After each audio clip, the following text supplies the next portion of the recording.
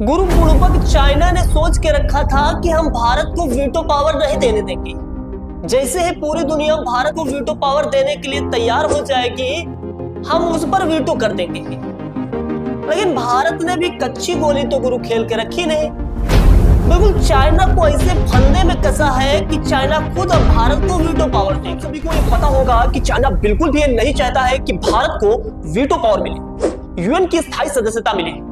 आज की इस वीडियो में हम बात करेंगे वीटो पावर के बारे में। क्या भारत को वीटो पावर मिलेगी या फिर नहीं?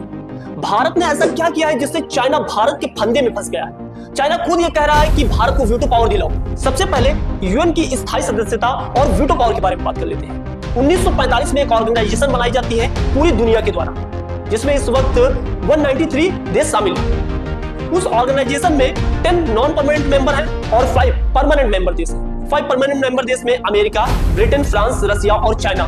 नॉन परमानेंट मेंबर में भारत के साथ 9 और भी देश शामिल हैं। अब दोस्तों 1945 से जब से ये यूएन चल रहा है, तब से आज तक कभी भी यूएन में किसी भी प्रकार का बदलाव नहीं किया गया और भारत इस वक्त यही चाहता है कि यूएन में बदलाव किया जाए। परमानेंट मेंबर देश है उनकी संख्या और नॉन परमानेंट मेंबर देश है उनकी संख्या को बढ़ाया जाए। अब सबसे बड़ी बात तो ये है कि ब्राजील, जापान और जर्मनी, ये सभी के सभी देश हैं जो कि चाहते हैं कि उन्हें भी यूएन की परमानेंट सीट मिल जाए।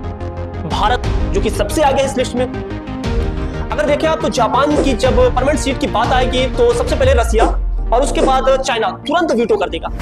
ब्राजील इतना ज्यादा फेमस नहीं। जर्मनी की बात करें तो जर्मनी भारत इस लिस्ट में सबसे ज्यादा आगे।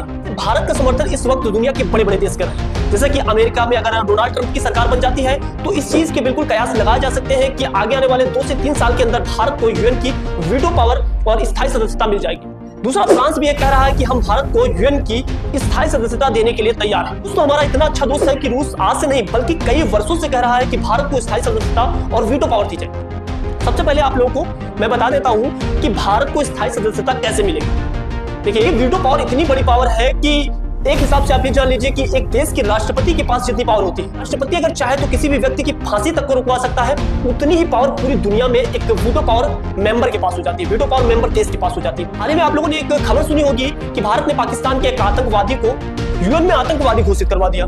पूरी दुनिया के देशों ने भारत का समर्थन किया। उसके बाद चाइना क्या करता है, वीटो कर देता है। वो मामला पूरी तरीके से बंद कर दिया जाता है। वीटो पावर इतनी ताकतवर होती है। देखिए, अब यहाँ पे चाइना फंस गया। चाइना को वीटो पावर, चाइना खुद ही भारत को वीटो पावर दिलाएगा। चाइना को इस वक्त चाहिए एमटीसीआर की मेंबरशिप। जैसे यूएन में वीटो पावर में चाइना किंग है, चाइना के पास वीटो पावर है, ठीक उसी तरीके से एमटीसीआर में भारत किंग है। भारत चाहेगा तभी चाइना को एमटीसीआर की मेंबरशिप मिलेगी।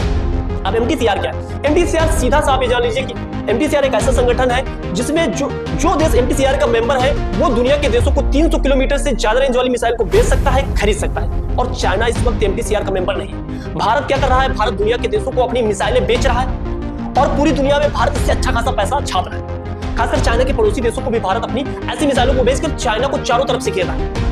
अब चाइना भी चाहता है कि वो कैसे भी करके एमटीसीआर का मेंबर बन जाए। तो भारत ने बिल्कुल यहाँ पे चालाकी दिखाई है और भारत ने कहा है कि आप एक काम कीजिए, हमें वीटो पावर दिला दीजिए, स्थायी सदस्यता दिला दीजिए यूएन में, हम आपको एमटीसीआर का मेंबर बना देंगे। ऐसी कुछ शर्त भारत ने रखी है। चाइना खुद अब सोच रहा है कि हम एक तरफ भारत को वीटो पावर दिला देंगे और हमें एमटीसीआर का मेंबर बना दिया जाएगा।